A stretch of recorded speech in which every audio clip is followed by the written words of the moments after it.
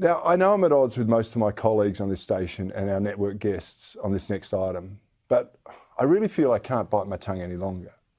You see, I think the president of the Ukraine is not all that he's portrayed as by the Western media.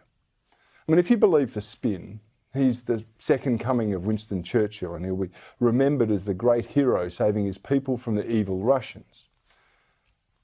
I'm the first to admit that Putin isn't a good guy either, but what the West glosses over is the terrible things that have happened to the primarily ethnic Russian people in parts of the Ukraine under Zelensky's rule. These people comprise the largest Russian community outside of Russia, and they make up about 17% of the Ukrainian population.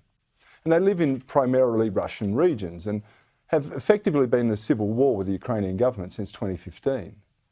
This was just after they were promised a vote on independence in 2014. That vote has never taken place.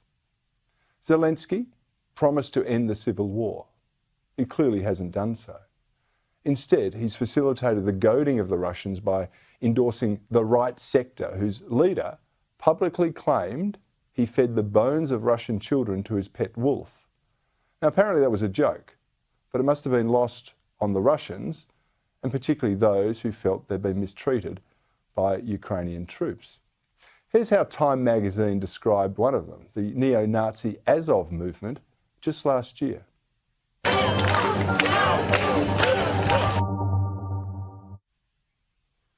Commentator Glenn Greenwald sums it up nicely with this tweet. No rational person thinks Ukrainian neo-Nazi militias justify this war, but it's dangerous madness to scoff at the impact of arming them, as the West is doing. In the words of President Zelensky, they are what they are.